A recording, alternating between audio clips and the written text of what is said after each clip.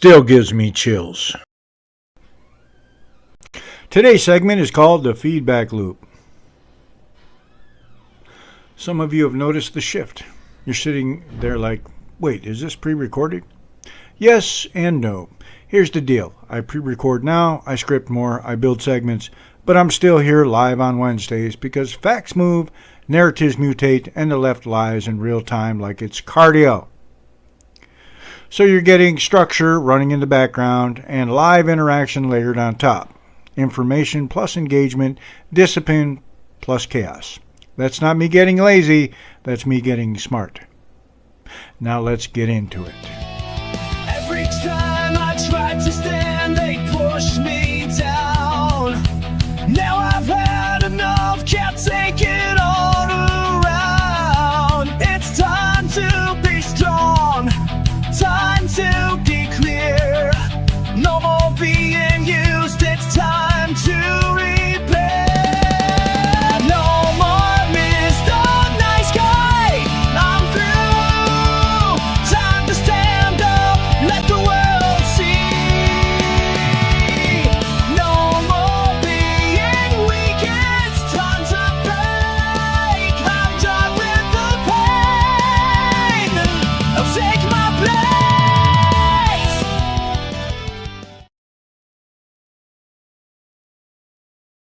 Today's segment is called the feedback loop. And I need to explain something because some of you have noticed. You're sharp. You're thinking, wait a second, is this pre-recorded? Some of you aren't so sharp. We break this down like adults. I pre-record now. I script more, I build segments, but I'm still here live on Wednesdays. Why? Because information changes, facts move, the left lies in real time, and sometimes you people want to jump in and talk. So here's the system. You get structured, pre-recorded content running in the background. And you get live interaction layered on top. Information plus engagement. Structure plus chaos. That's not laziness, that's efficiency. Here's what changed. I used to just hit record and go raw, unfiltered, straight off the cuff. And I still can. And I swore a lot too. Content every single day. Every single day. They say the dumbest things imaginable. And instead of just replying in the moment, now I weaponize it. When one of them posts something idiotic and I respond, that response becomes research. Carol! Segment. That response becomes an episode. I'm not just arguing with them in a comment thread. I'm building ammunition. You say something stupid? Congratulations, you just wrote part of my show. So here's the new workflow. Step 1. Loony Left says something absurd, usually historically illiterate, economically delusional, morally upside down. Step 2. I respond directly. Calm, precise, Are you fucking ruthless. getting it yet? Step 3. I take that response, I expand it, I structure it, I turn it into a script. Now, I'm not just talking to that one person, I'm talking to all of them. And to you. Sometimes it's short that I put on my webpage, too. Half-baked rants. Let me give you an example. I watched the Andrew Wilson debate, episode 488. I'll be breaking that down because that debate exposed something important. Not just what was said, but how the left argues, how they pivot, how they redefine words mid-sentence, how they try to win emotionally when they can't win logically. When I see something like that, I don't just react, I study it. Then I build a segment because this show isn't just commentary, it's training. You don't win cultural battles by improvising forever. You win by preparing. You win by refining your arguments. You win by anticipating their nonsense before it comes out of their mouths. That's what this new system does. It turns chaos into structure. It turns stupidity into curriculum. It turns their noise into my content. Some people think pre-recording means it's less authentic. That's a childish take. Authenticity is not the same as randomness. Preparation does not mean fake. It means disciplined. You want pure improv? Go watch late-night comedians reading cue cards. This is different. This is layered. You get prepared content, then you get me live, adjusting, responding, engaging. So if news breaks midweek, we address it. If someone in chat wants smoke, we handle it. But the backbone of the show is now strategic. Grumpy Farmer's videos are pretty much a good example. They say something outrageous. It trends. Everyone reacts. Nobody thinks. I refuse to play that game. When they say something stupid, I slow it down, I dissect it, I ask, what assumption is hidden in this statement? What historical lie is embedded in it? What economic fantasy is driving it? Then I respond, and that response becomes part of the permanent record. This podcast is no longer just me venting, it's me documenting. Because when you respond once in a comment thread, it disappears. When you build an episode around it, it lasts. When you break down their logic step by step, it educates. That's the difference. And for those wondering if this changes the energy of the show, no. The energy stays. The bite stays. The roast stays. There's ridicule, it will get ridicule. But now it gets structure too. Now it gets receipts. Now it gets context. Now it gets replay value. So yes, some of what you're hearing is pre-recorded, and yes, I am still right here on Wednesdays, because I'm not disappearing behind edited clips. I'm just making sure the foundation is solid before I go live. Think of it like this. The pre-recorded segment is the loaded magazine. The live show is when we decide where to aim. This is generally at the dumbest of the loony left, Carol, behind while arguing with people who think socialism has never been tried correctly. The feedback loop works like this. They speak, I respond, I refine, you listen, you engage, we sharpen, they try again, and every time they do, the content gets stronger. That's not just commentary, that's pressure testing ideas in public. So if you've noticed the change, that's why. This isn't random anymore, it's deliberate. It's layered, it's strategic, and it's not going anywhere. Episode 488, we break down the Andrew Wilson debate. We talk tactics. We talk rhetorical traps. We talk about how to dismantle bad arguments without losing your composure. Because screaming is easy. Precision is hard. And I prefer precision. This is the feedback loop. They give me material. I give you structure. They give me nonsense. I give you clarity. And every Wednesday, we put it all together. They give me a lot of material, too. Brought you have meaning, and then spent 10 straight years turning every word into a rubber squeaky toy. So let's talk about Steve Schmidt and his little Substack sermon where he says, I always thought it was funny that a guy named Schmidt would be calling Trump a Nazi or a fascist. I just found that funny. A hell of a claim. Real apocalyptic. Real. Gather the children, lock the doors, light a candle, and Venmo me $5 a month. Here's the thing. If you're going to call someone a fascist, you don't get to do it like a toddler pointing at a vacuum cleaner screaming monster. You have to define it. You have to prove it. You have to connect the dots with something other than your feelings.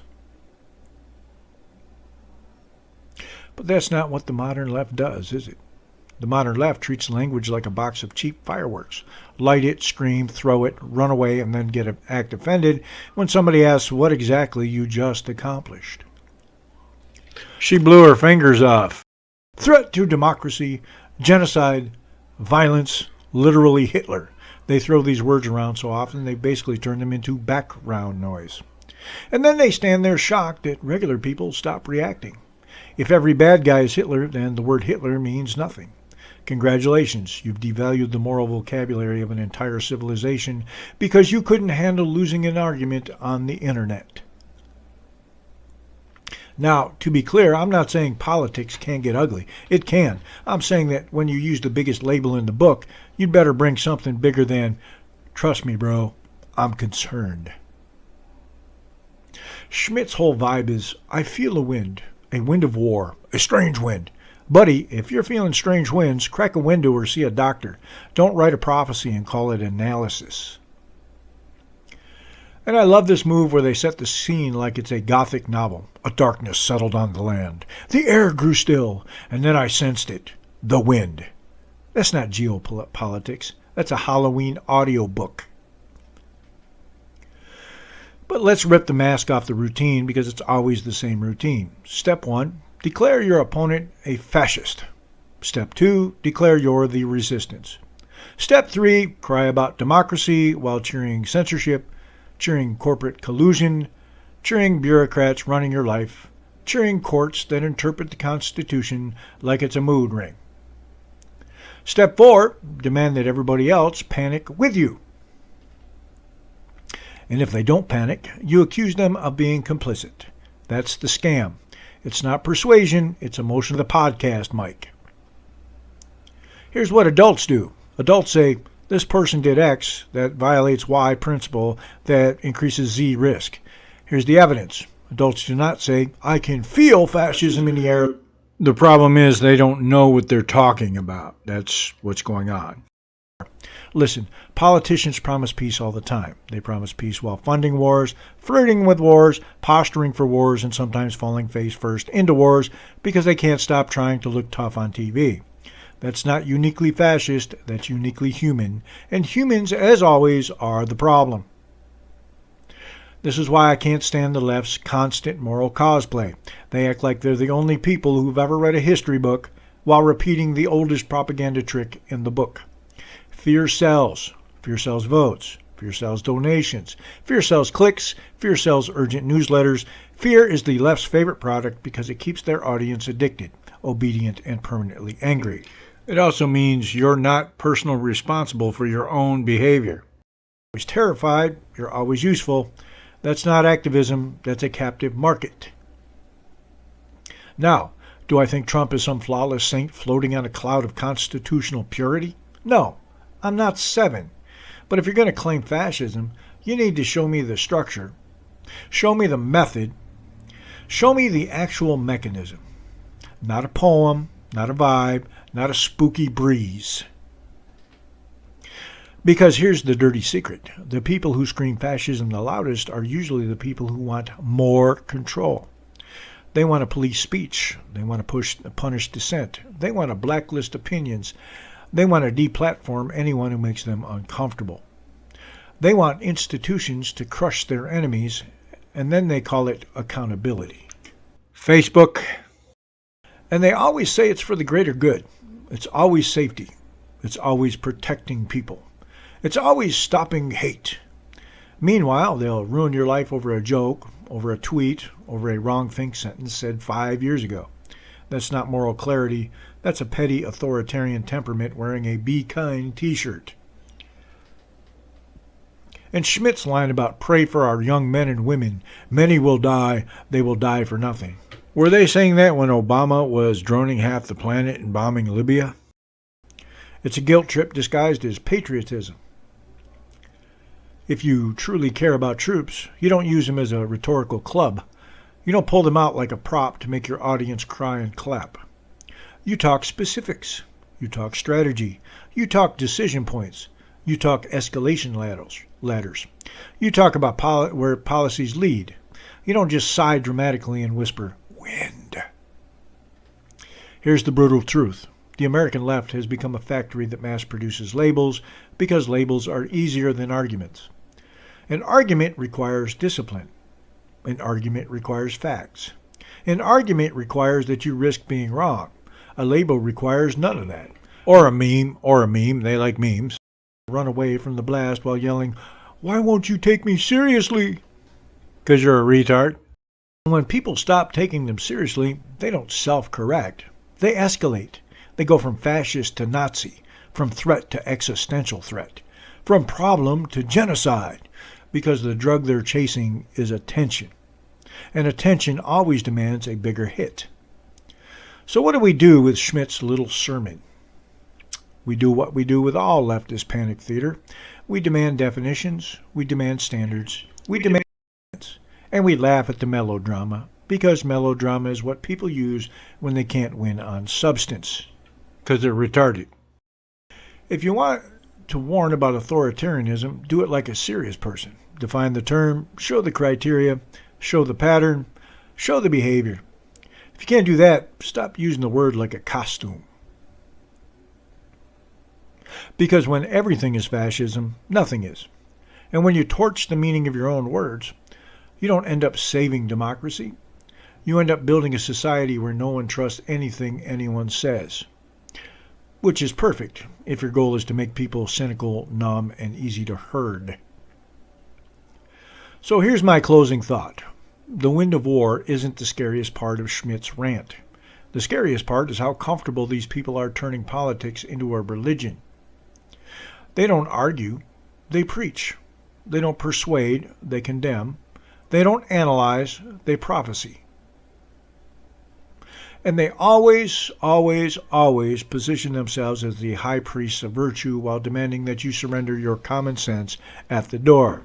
If you ever wonder how Jesus got crucified, you're looking at it. This was Shawn thinking out loud. And if someone tries to sell you a political ghost story as serious analysis, do what any reasonable adult would do. Turn on the lights, open the window, and tell them to bring evidence next time. I'm really tired of hearing this one.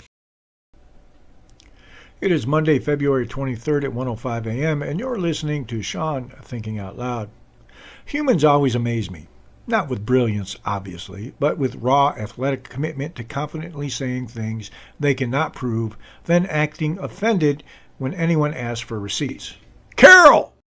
It is about the left's favorite modern political art form, the allegation collage. You've seen it. A dramatic quote, a scary name, a buzzword, a shadowy files reference, and a photo of someone looking serious at a microphone, so your brain goes, oh wow, must be true.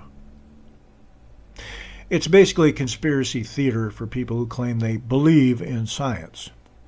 Let's talk about the new religion, the Epstein files.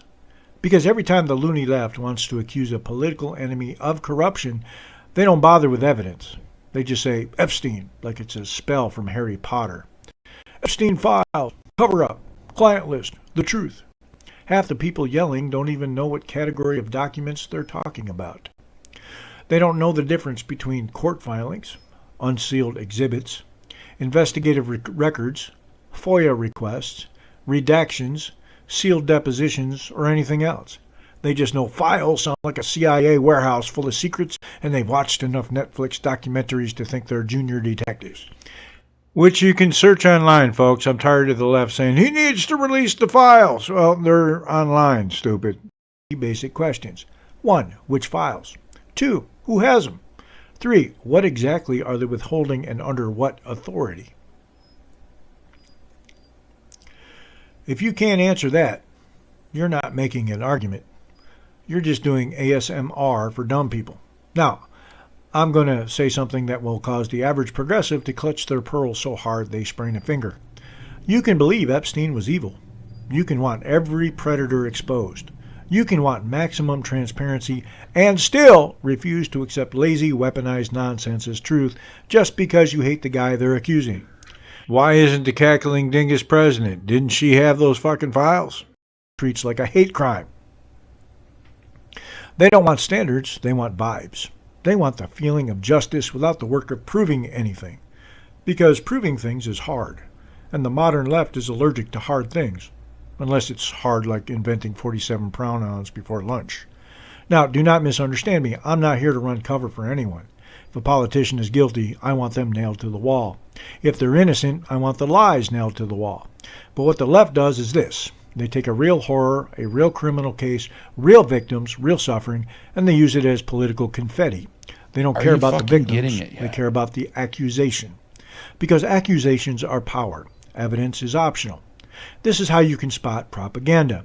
It always comes prepackaged with an emotional reaction and zero specifics. It's always, he's a liar, he's corrupt, he's covering up files. Okay, cool story. Show me what file, what date, what document number, what sources and evidence, what chain of custody, what decision, what proof that he directed it. If you can't do that, you're not informing anyone. You're just vomiting slogans. And listen, this isn't just about Epstein. The left does this with everything.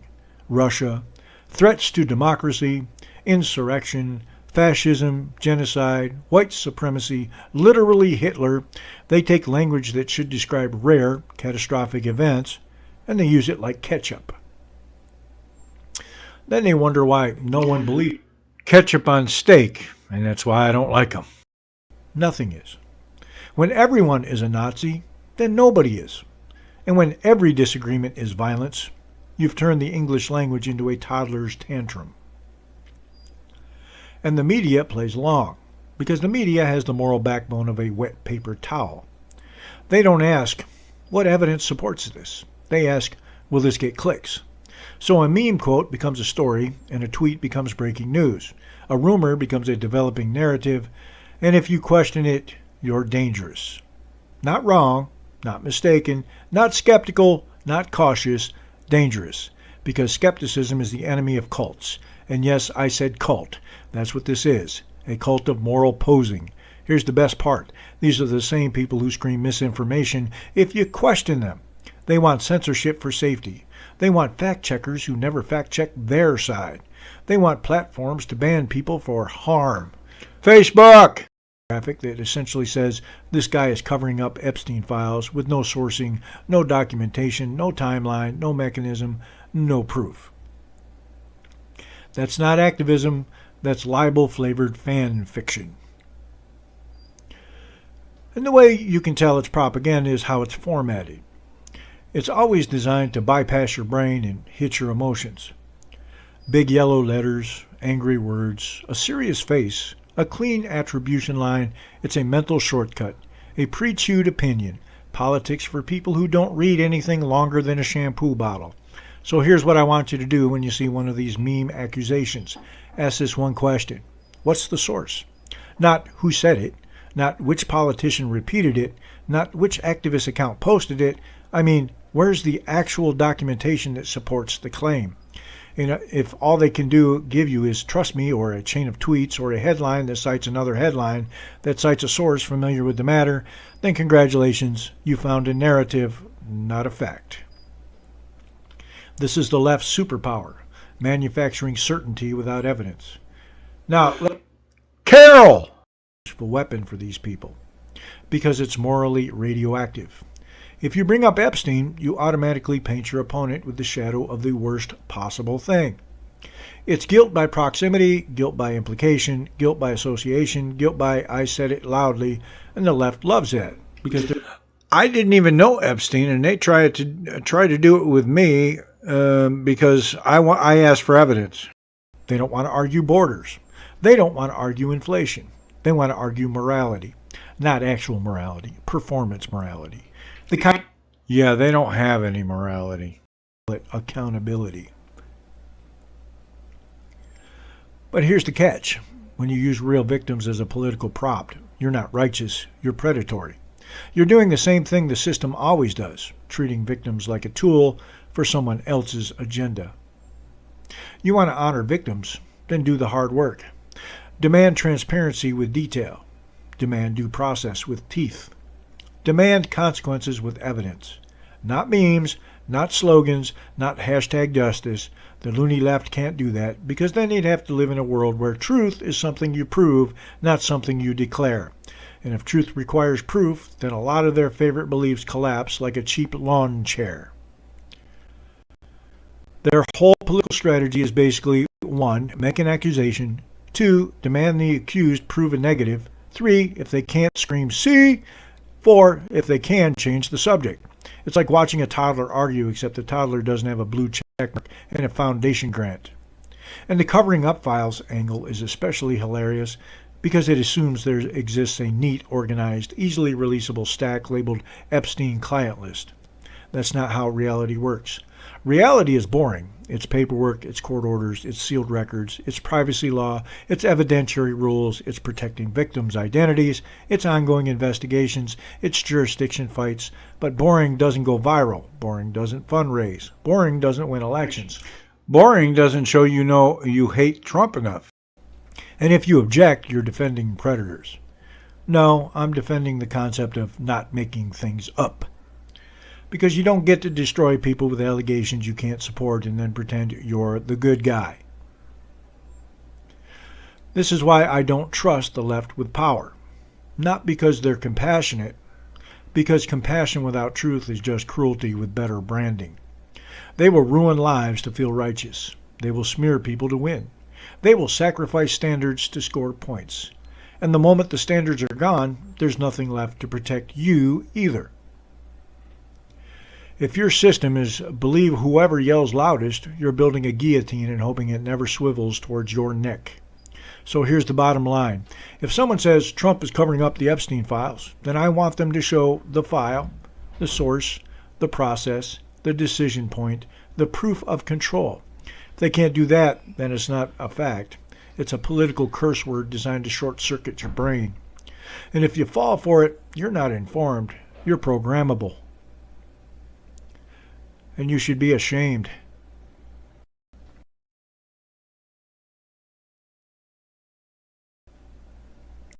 It is Monday, February 23rd at 1:09 a.m., and you're listening to Shawn Thinking Out Loud. People keep asking me why Robert Reich's followers talk like they're reading scripture carved into organic, fair trade stone tablets. Because he shares memes. He's a college professor. You think he could share more than memes. And their brains go full toddler mode. If big number, then bad man. If bad man, then take stuff. If take stuff, then utopia. That's not political philosophy. That's anger with a Wi-Fi signal. Tonight's episode is brought to you by the concept of basic accounting, which is apparently right-wing propaganda now. Because kind of like biology to a loony leftist. Proud of it. Let's get into it. Here's the game they play. Robert Reich tweets, the 400 richest Americans have X trillion dollars. Then the followers respond like he just discovered gravity. They start yelling, hoarding, and theft, and eat the rich, like they're auditioning for a community theater version of the French Revolution. But notice what's missing. Details. Because details are where the story falls apart. The big number is worth, not income. Not cash, not a pile of money sitting in a cartoon vault guarded by a monocle and a top hat. It's mostly, I'm worth more than I have in my pocket right now, just like they are. And if you don't know what that means, here's the simple version. If you own a house and Zillow says it's worth more this year, you didn't get paid, you got a paper number that changes when the market sneezes. So when Reich's followers scream, take it, what they're really saying is, we don't understand assets, so we want the government to guess a number and force people to liquidate. That's not justice, that's economic vandalism. Then they do this. I love this. They say inequality exists, so injustice exists. No, that's not logic, that's a mood swing. Inequality exists in every complex society in human history. Rome, Athens, every kingdom, every republic, every market, every bureaucracy, every socialist experiment that eventually ran out of food and started blaming saboteurs. The real questions are, do people have opportunity? Is there mobility? Do we have rule of law? Can people rot? Are you stupid? Priesthood confiscating it because fairness. If the answer is yes, inequality is not automatically injustice. It might be uncomfortable, it might be annoying, it might even be politically useful to scream about, but it is not proof of a moral crime. The left loves to skip straight from difference to oppression because it lets them feel righteous without doing any hard thinking. And hard thinking would ruin the brand. Now let's talk about their other favorite tantrum. Why are we funding law enforcement and borders instead of schools and healthcare? First of all, that framing is already dishonest. It's a moral magic trick. They want you to believe there's one big national piggy bank and every dollar spent on enforcement is stolen from a child's textbook. And it sounds noble until you think about it for longer than a TikTok. A sovereign state funds borders because citizenship means something. If you blur the line between citizen and non-citizen, you don't get a kinder society. You get a confused mess where rights, obligations, and benefits become arbitrary and political. Law and order isn't the enemy of social spending. Law and order is the prerequisite for social spending. Because you don't have a stable welfare state without stable membership rules. You don't have public services without a public that agrees who the public actually is. That's not cruelty. That's the math of a functioning country. And then, like clockwork, one of Reich's followers shows up with the revolutionary fantasy package. Tax them massively. Doesn't matter how hard it is. Mandatory jail time. Forfeit all assets. Exile them. Nothing says we're the good guys like screaming for exile and mass confiscation because you don't like someone's balance sheet. Listen carefully. If your solution is remember I mentioned stupid earlier, right? not advocating fairness, you're advocating state power as therapy.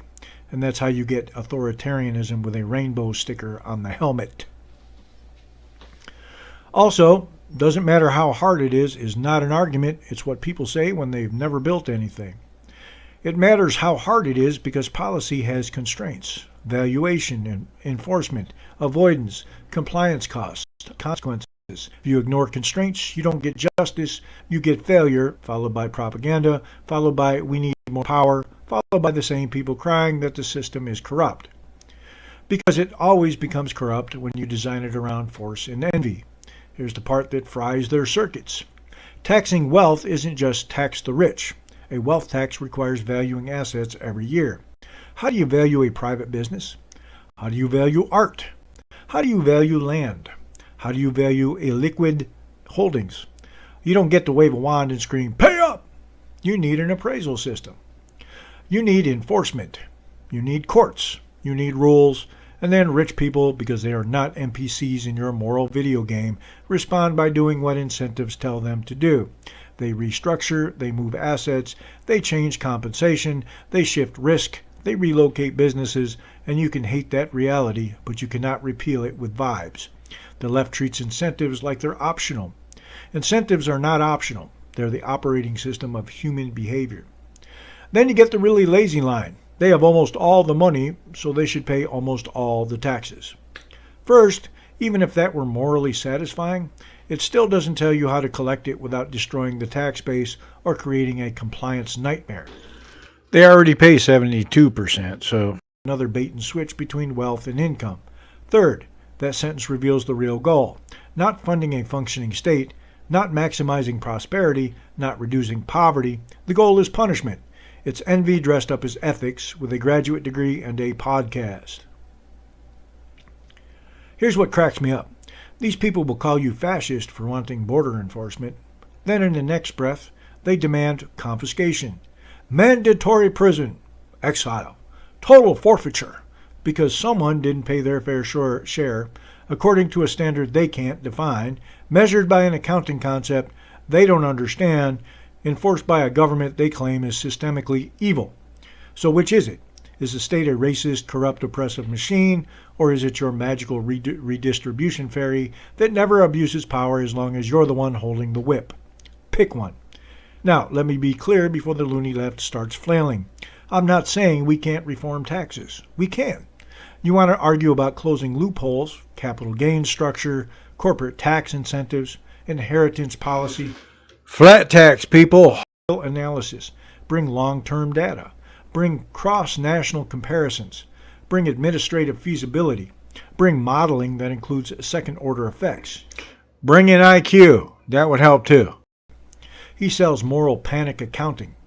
He tweets a number. He frames it as a moral emergency. And his followers chant like they're at a revival meeting.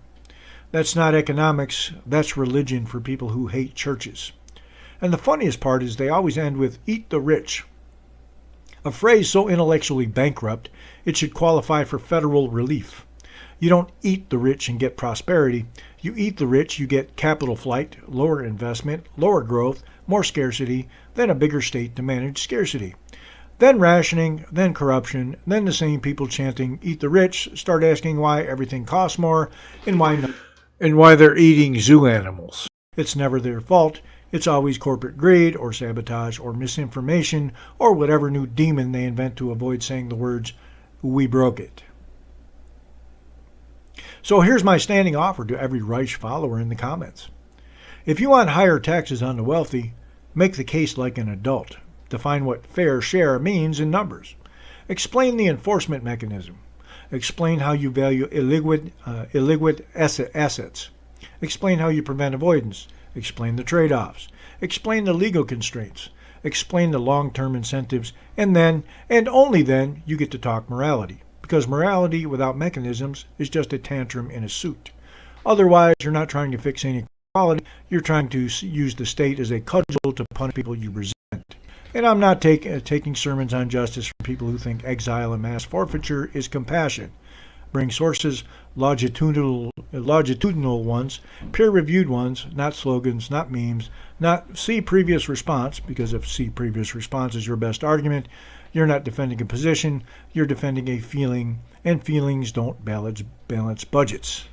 I don't have feelings, so that's kind of why it's fucked up. Just learn what unrealized gains means before you start demanding prison camps for accountants.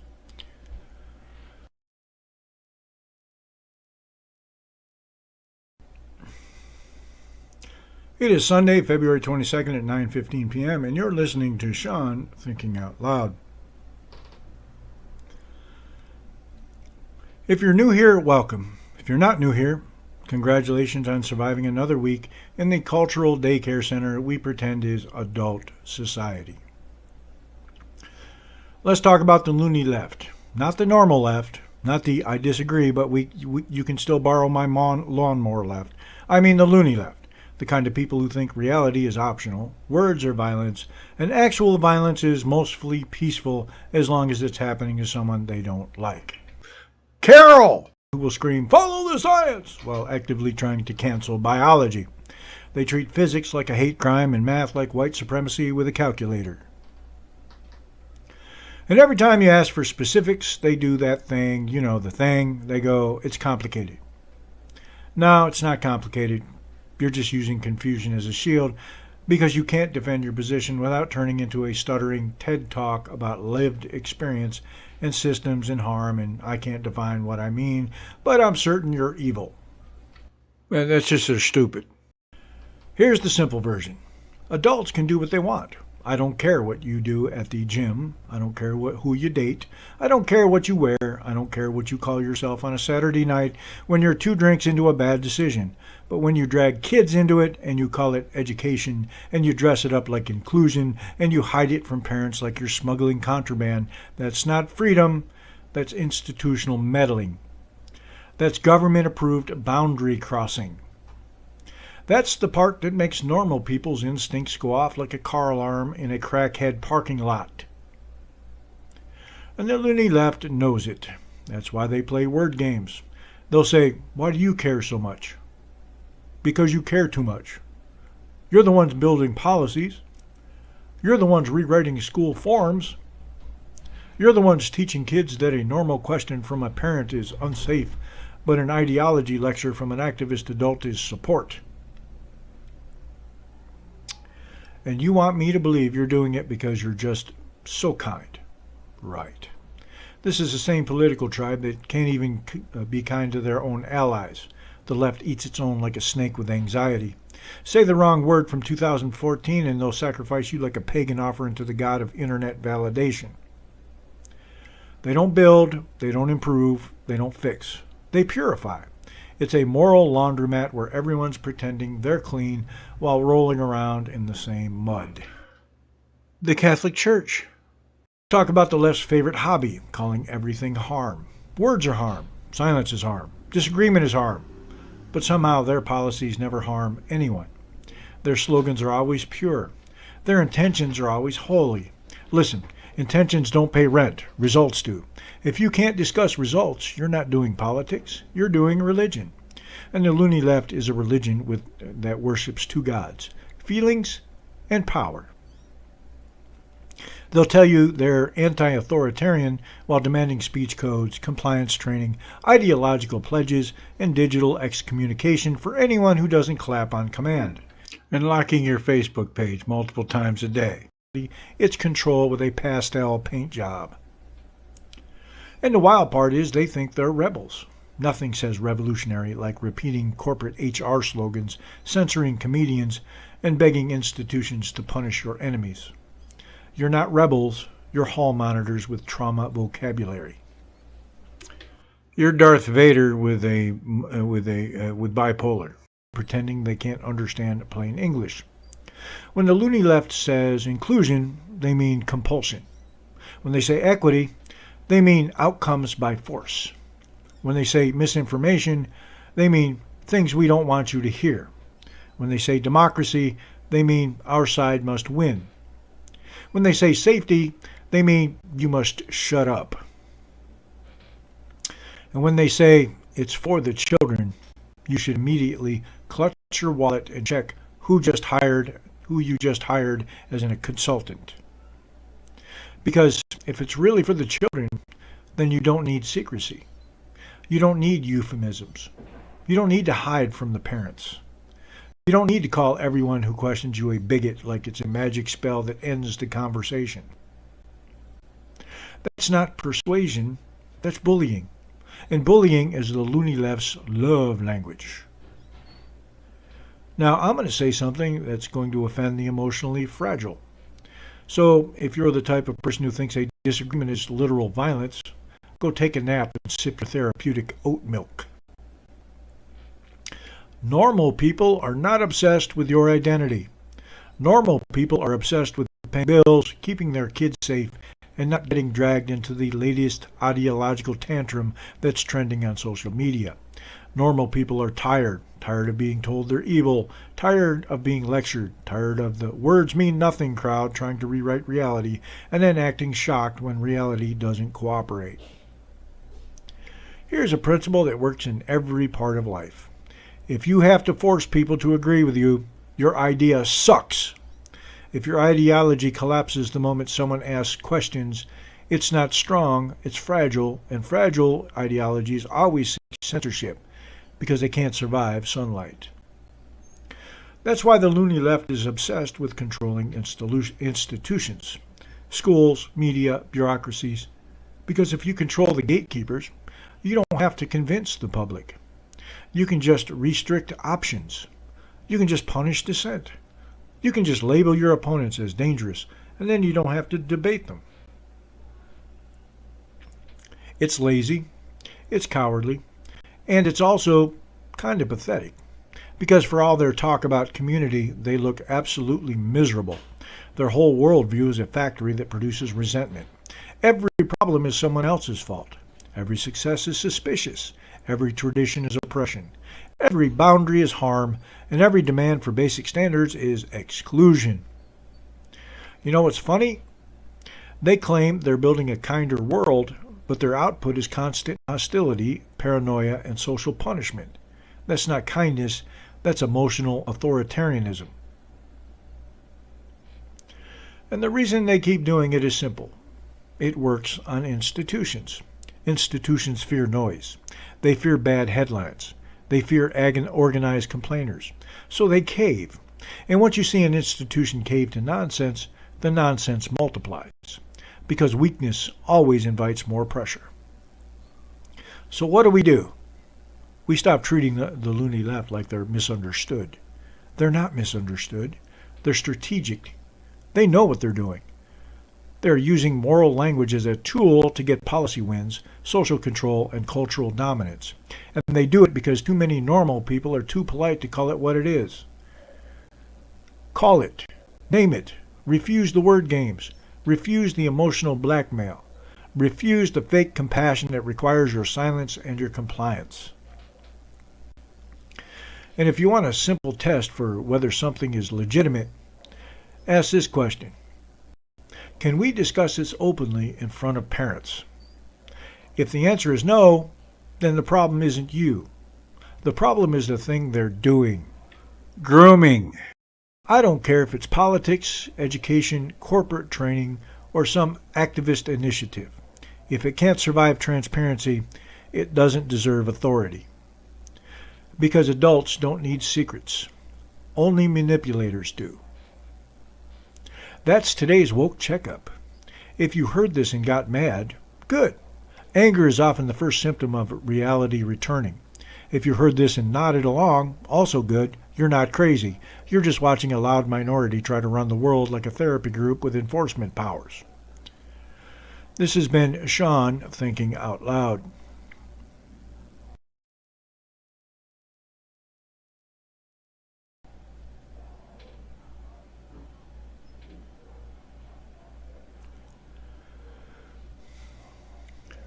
I think I'm recycling titles now because there's like no reality in the loony left.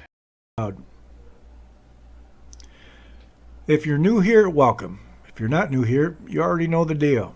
I say the quiet part out loud, and the loony left reacts the only way they know how. with a public emotional collapse and a fresh batch of buzzwords they don't understand. Let's do a quick temperature check on the modern American left. They're not liberal. They're not progressive. They're not even compassionate. They're a morally smug HR department that escaped captivity and now tries to run society with the same broken brain that thinks equity is a magic spell and accountability is something you only demand from people you hate. And the funniest part, they do it while pretending they're the good guys. Here's the left's entire operating system. If you agree with them, you're a brave truth teller. You are literally Hitler. Somehow also a Russian agent and probably an ist or a phobe they just invented in the parking lot. And if you ask for evidence, they hit you with, "It's not my job to educate you." Translation, what's up, IIH Farmer? Who confused me. Now, I assume the International Harvester. They think words can kill, but fentanyl is a complex societal issue. They think borders are racist, but gated communities are self-care. They think math is oppressive, but their student loan balance is a human rights violation. These people, they're anxious religious zealots who replaced God with politics and replaced forgiveness with cancel culture. Yeah, they bash the church, which I do too, but they have their own church. Weird.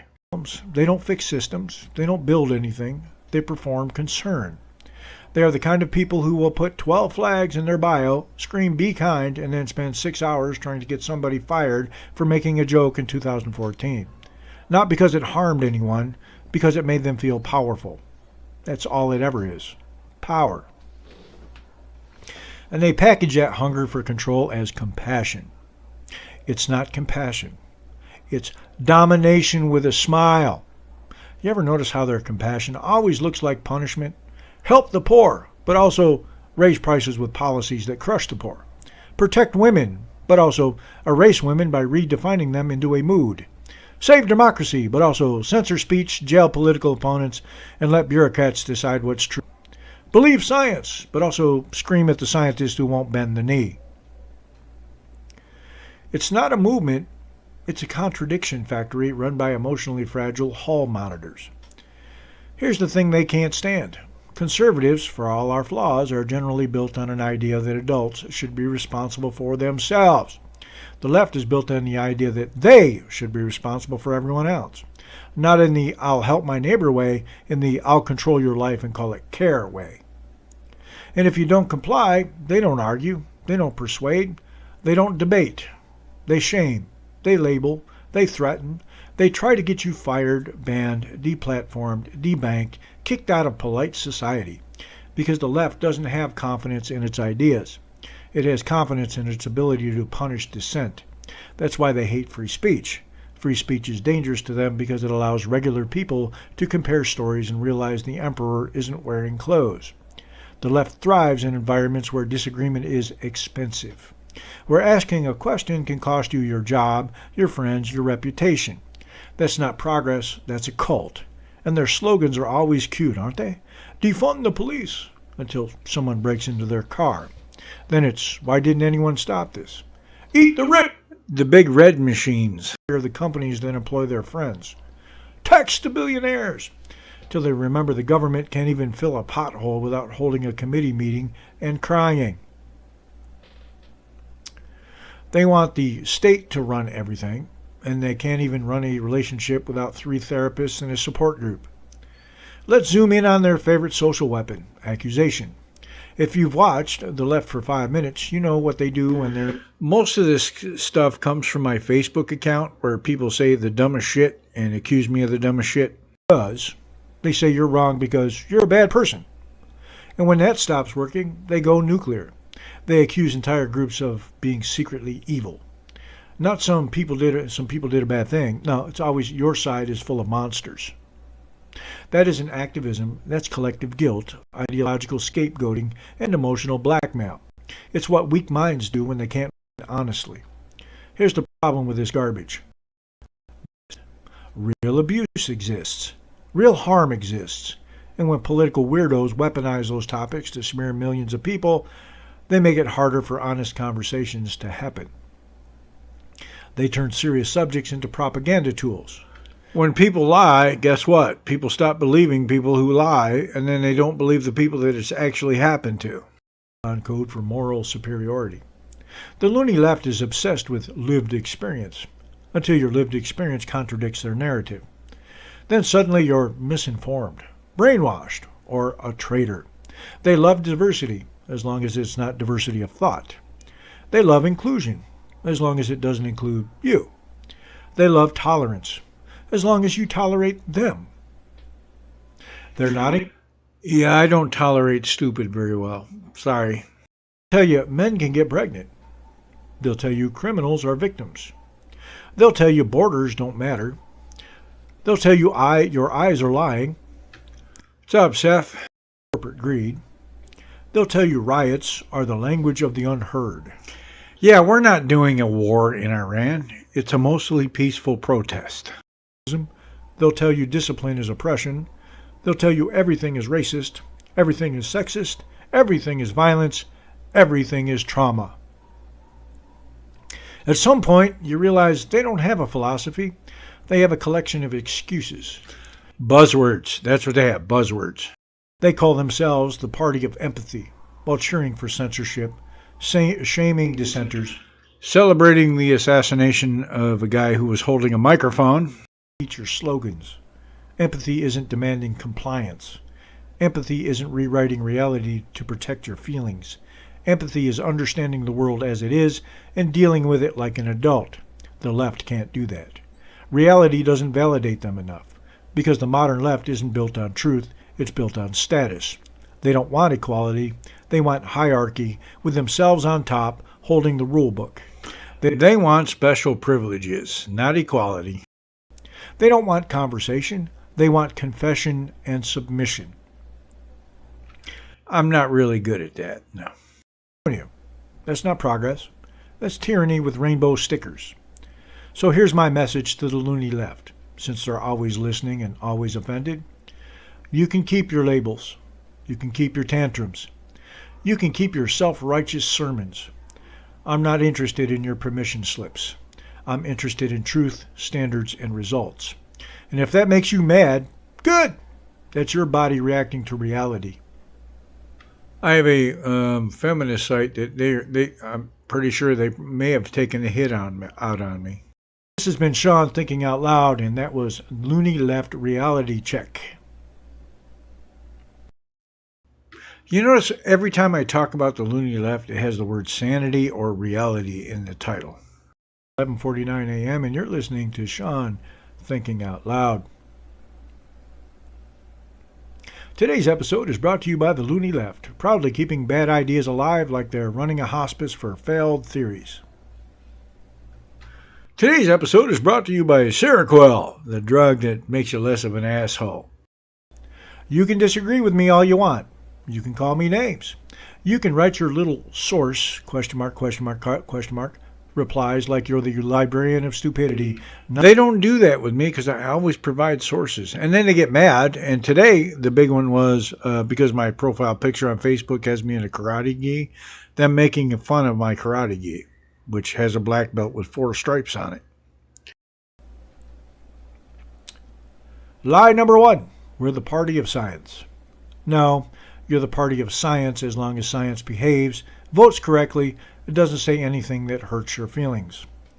If the data agrees with you, it's settled science. If the data disagrees with you, it's problematic, harmful, or misinformation. That's not science, that's religion with a lab coat. And it's always the same comedy routine. They don't want truth, they want compliance. They don't want debate, they want submission. They don't want progress, they want control. You misgendered me. Well, you're lucky I didn't punch you in the fucking Adam's apple, you prick. Big corporations. Sure, except when big corporations put a rainbow on a logo in June, then suddenly you're deep-throating the entire Fortune 500 like it's a civic duty. I said deep throat. Doesn't hate corporations. They hate corporations that won't do politics for them. If a company donates to the wrong candidate, it's fascism. If Tesla causes, it's bravery. If a billionaire agrees with you, they're visionary. If a billionaire disagrees, they're evil. Your moral system is basically a weather vane taped to an Instagram story. Waiting for Carol to show up. I did link him in this, but, No, you don't. You stand with the working class the same way a tourist stands with a street vendor. You take pictures, feel noble for 5 minutes, and walk away without fixing a damn thing. You've turned worker into a costume. You've turned labor into a slogan. You've turned poverty into a fundraising strategy. And the funniest part, you keep acting shocked when normal people stop buying it. When a guy who works 60 hours a week says, "I'm tired of being called a villain because I don't use the right buzzwords," the left's response is basically, "Good. You should feel bad." Yeah, genius strategy. Shame the people you claim to represent. That's how you build trust. That's how you win hearts and minds. They're also the guys or the people that own the most guns, so good luck with that.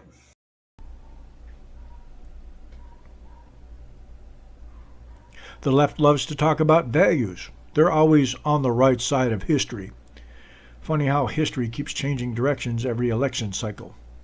One month it's free speech is violence. Next month it's censorship is fascism because someone got banned and it wasn't a conservative for once. One year it's like when people got fired for celebrating Charlie Kirk's murder. And if you question it, you're a monster. One day it's my body, my choice. Then it's your body, our rules. Yeah, for a vaccine, experimental vaccine. The modern left would be broke.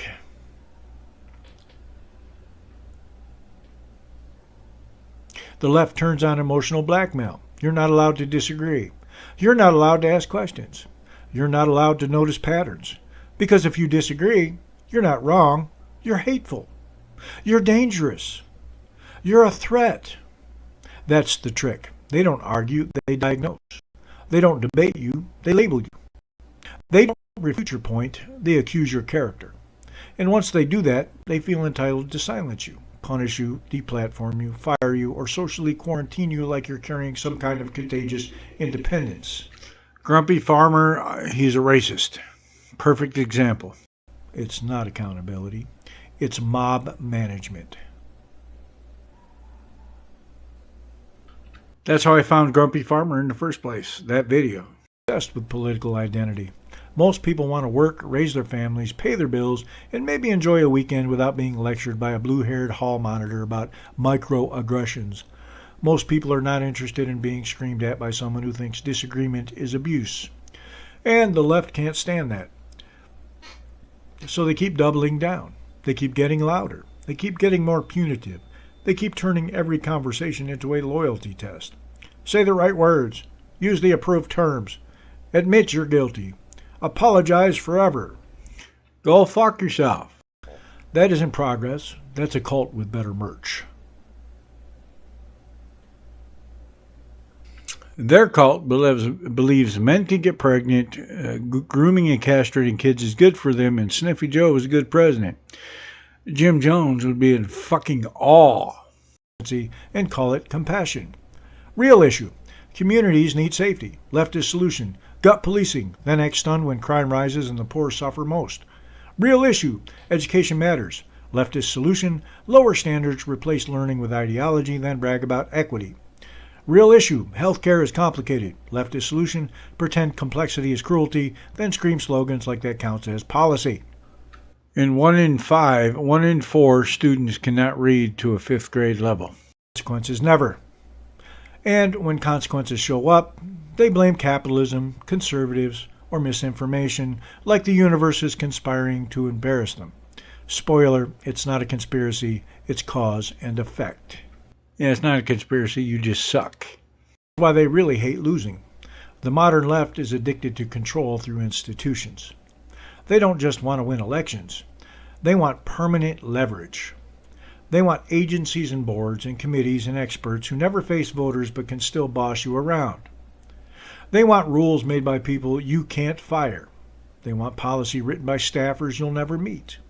They want enforcement by bureaucrats who think accountability is something that happens to other people.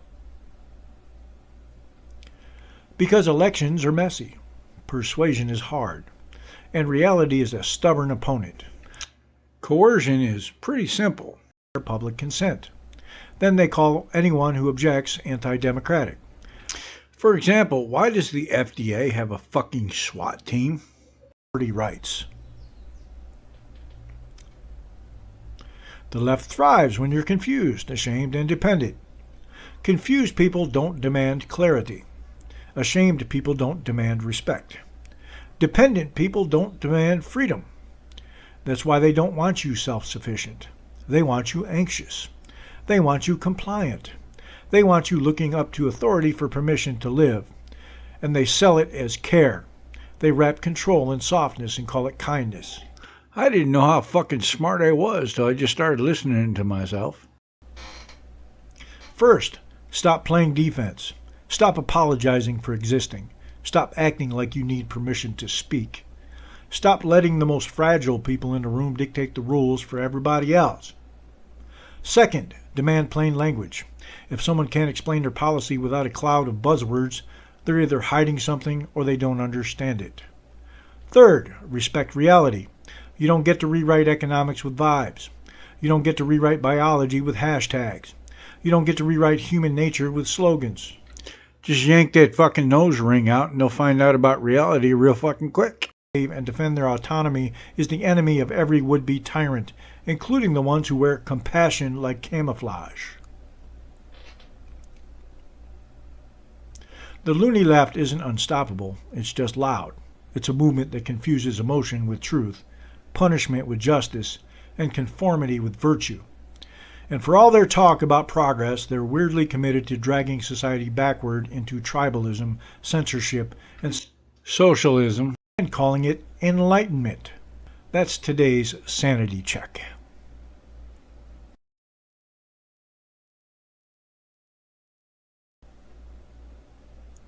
It is Monday, February 23rd at 1:33 p.m., and you are listening to Shawn Thinking Out Loud. Today we're talking about a crucible exchange with Andrew Wilson, and let me be clear up front, I like Andrew's content. He's sharp, he's composed, and he's usually the only adult in the room full of people do jazz hands with their ideology. But this episode, this was one of those moments where a discussion about philosophy turned into a demo reel for why the loony left can't build a house, but they can sure paint a mural of one. Yeah, she was like trying to use buzzwords, and she was trying to sound smarter than she actually was. Than I am, by saying big words really confidently. And listen, humans love this trick. If you say inductive, deductive, axioms, and Agrippa's trilemma in the same breath, half the internet just nods like they're in on the joke. The problem is they're not in on the joke. They are the joke. Let's start simple. Agrippa's trilemma, also known as the Munchausen trilemma, is this idea that if you demand ultimate justification for every belief, you end up in one of three places. 1. You stop somewhere and say, that's just true. Yeah, she said it, but she couldn't define it. You justify a belief with other beliefs forever. That's infinite regress. 3.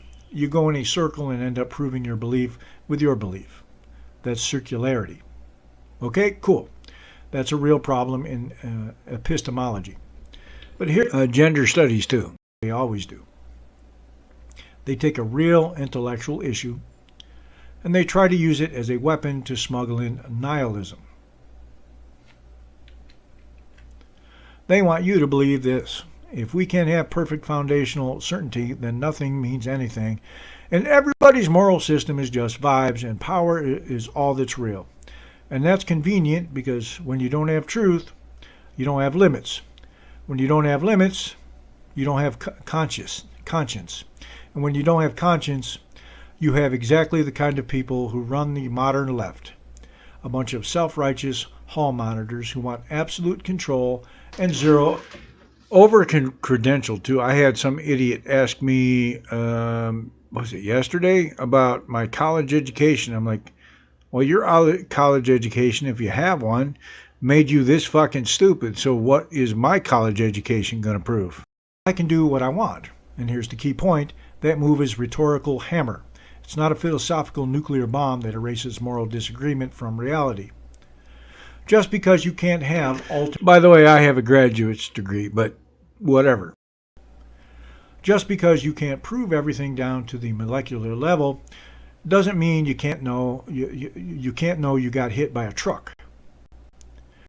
This is the part where the leftist in the exchange does the classic smug sophomore routine. She's like, is Agrippa's trilemma true? Well, it's a problem, not a proposition. Okay, that's not wrong, but then she uses that as a cover to say the dumb part out loud. We're all just assuming things. So welcome to my world. No, that's not welcome to your world. That's welcome to a world where words don't mean anything, and I'm trying to get away with it. Because here's the scam. The left wants to sound like they're humble about foundations, but they're tyrannical about conclusions. They'll say, who can really know what's true? And then 5 seconds later they'll say, and that's why you're a bigot and you should lose your job and your kids should be taught by the state. So which is it? Is nothing knowable? Or is your entire worldview so certain that it needs government enforcement? This is why they love theory. Theory lets them float above reality. Theory lets them talk like they're brilliant without ever risking being wrong. And then Robert Reich, doing about foundations. Robert Reich. Call the cops on you for using the wrong pronoun. Let's hit the middle of the exchange, math. She's right that math is axiomatic. You start with assumptions and rules, and you build, and then Andrew goes, math is tautological. And she's like, oh my God, this is what I'm talking about. You can tell when somebody's never read a thing, but they've learned one factoid, and now they're trying to win a debate by throwing it like a brick. Buzzwords. Yes, it's formal. No, that does not mean math is meaningless. It means math is a structure built on accepted starting points. And if you don't accept any starting points, you don't get thinking, you get stupid. You get the loony left. It's weird. Humans live on axioms. Everybody does. The difference is some people have axioms that produce civilizations, and some people have axioms that produce a lecture series on why civilization is oppressive. Now, I'm going to say something that both sides of this exchange need to hear. The trilemma doesn't prove might makes right. It proves that your justification strategy has to land somewhere. Foundationalists land on basic beliefs, coherentists land on systems that hold together, infinists land on never-ending support chains, whatever, pick your poison, but none of that means your ideas are all equal. And this is where Andrew is right to press, even if he's doing it with a little too much, so I can pull out a machine gun energy. Because the left's play is always this. Step 1, declare there is no objective truth. Step 2, declare their preferences are moral facts anyway. Step 3, punish you for disagreeing. They want the benefits of nihilism and the power of moral realism. They want to say, nothing is real except my feelings. My feelings are real enough to govern you. And my fist is strong enough to punch you in the face. Baby, because it doesn't produce flourishing.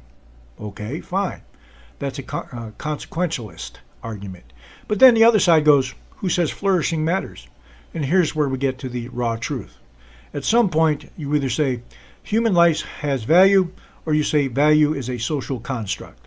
And if you say value is a social construct, you are not a philosopher, you are a future bureaucrat. Which means I could kill you because, reality is a social construct and human value is a social construct, which means if I believe that you have no value, I could kill you and it should be legal. And that's fair. Modern secularism loves to pretend it's pure reason while it runs on unprovable morals. Commitments like harm is bad, equality is good, consent is sacred, power is evil, unless we have it. But Andrew has to be careful with that, with the way it's framed, because if you push too hard into nothing is justified, you hand the other side an escape hatch. They'll say, I wanted to show the video, but copyright, don't want to get another hit. I have 2 already. HR as the priesthood, and social media as the Inquisition. So what's the clean way to say it? Here it is. Yes, all worldviews have foundational commitments. No, that does not make all worldviews equally good. We can still judge worldviews by coherence, consistency, explanatory power, and results in the real world. The left hates that last part because in the real world, their ideas keep producing the same three things. 1. Broken cities. 2. Dependent citizens. 3. Self-righteous people who can't define a woman but can define your paycheck. Goddamn, I'm a genius. I'll give you the final takeaway from this exchange with no academic performance art. The loony left doesn't use theory to find truth. They use theory to evade responsibility. They want their claims to be unfalsifiable. They want their morals to be unquestionable.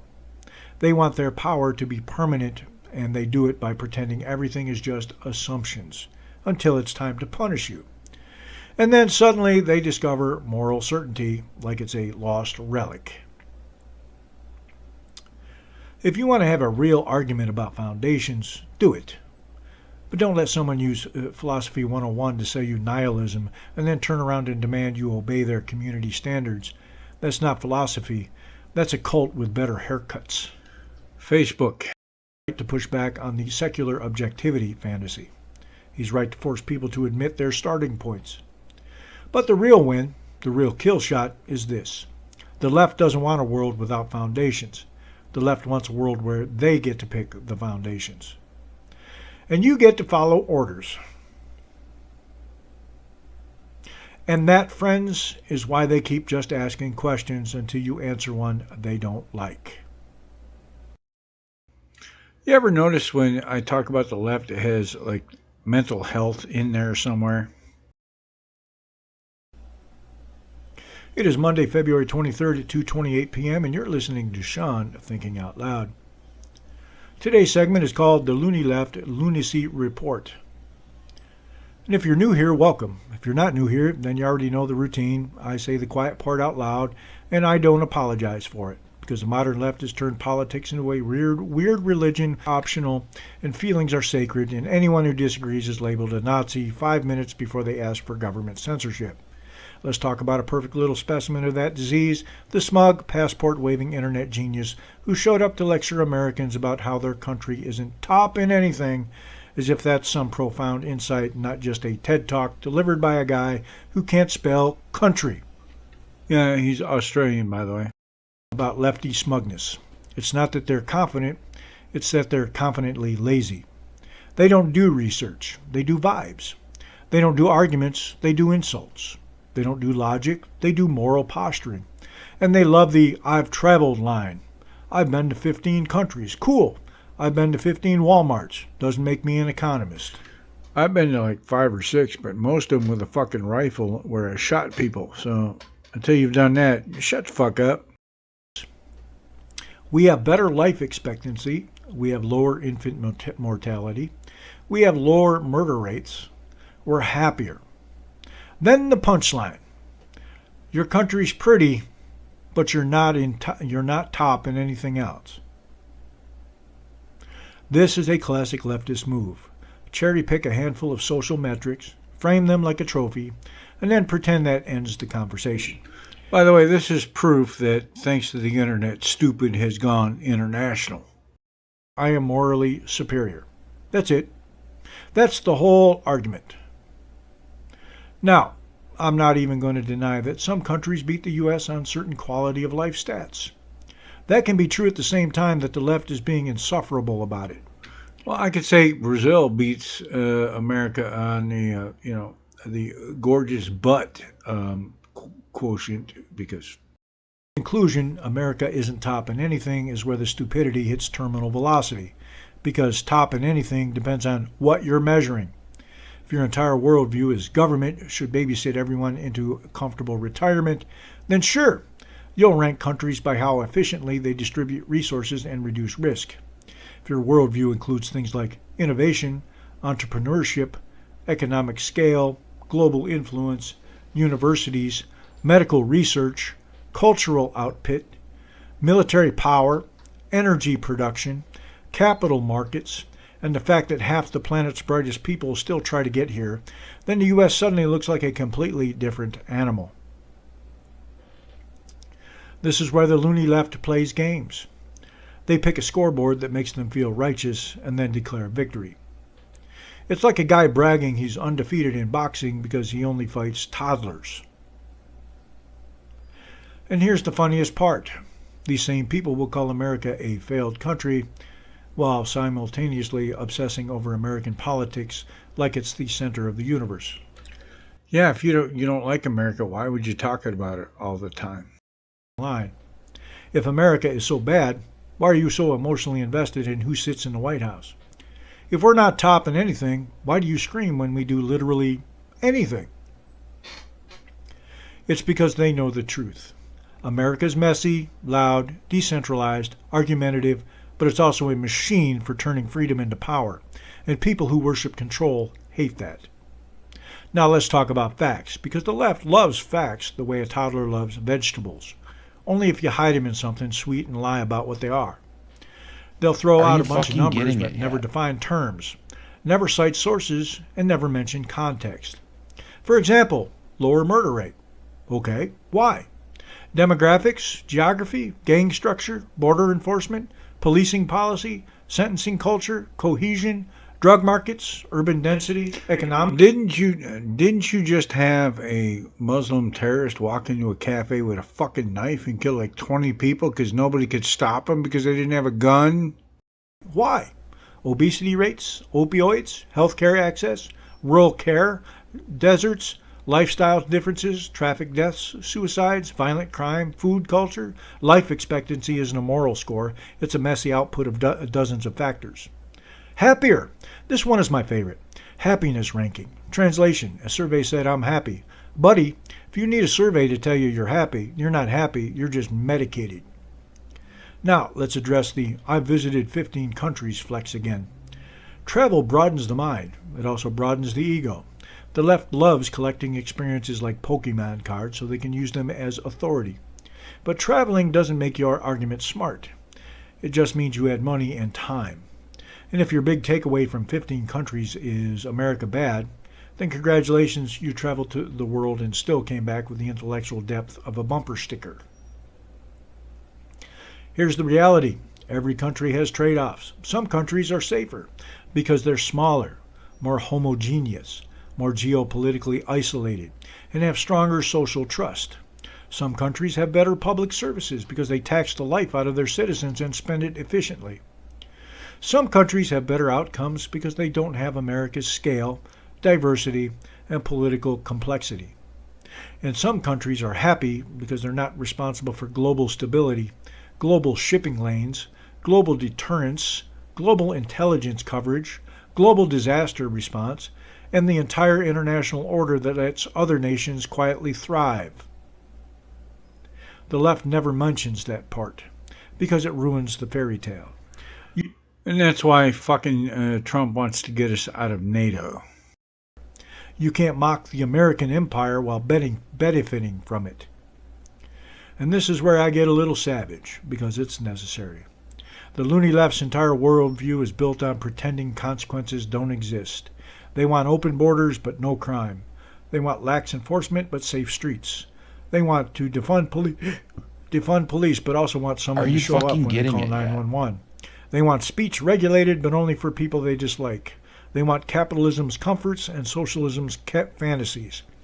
In the same package delivered by Amazon in 2 days with free returns. And when reality shows up and says no, they don't adjust their beliefs. They try to censor reality. They try to ban the conversation. They try to punish dissent. That's why the left is obsessed with labeling racist, fascist, Nazi. Because if you can make the argument about morality instead of facts, you don't have to be correct. This podcast is the resistance. Here's the punchline. The left accuses everyone else of being authoritarian while constantly demanding authority. They don't want equality. They want control. They don't want fairness. They want outcomes. They don't want debate. They want compliance. And they sure as hell don't want you noticing that their policies keep producing the same disasters over and over in different costumes. So when some smug clown says your country's not top in anything, here's the appropriate response. You're judging a lion by how well it swims. America isn't designed to be a tidy little daycare state. America is designed to be a wild, chaotic, high-performance engine of freedom and opportunity. Fucking A. But the reason the left hates it is because they can't control it. And they can't stand a system where a person can succeed without their permission. Now, let's get personal for a second. If you're an American listening to this and you're sick of being talked down to, here's your reminder. You don't owe these people an apology for your country existing. You don't owe them a confession of guilt because your flag triggers them. You don't owe them submission because they learned a new buzzword in sociology class.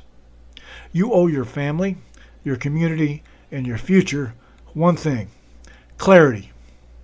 Clarity that freedom isn't free, clarity that safety requires enforcement, clarity that standards matter, clarity that civilization is fragile, and clarity that the loony left isn't just annoying, they're dangerous when they get power, because they believe their morality justifies your silence. That's why we talk like this. That's why we don't tiptoe.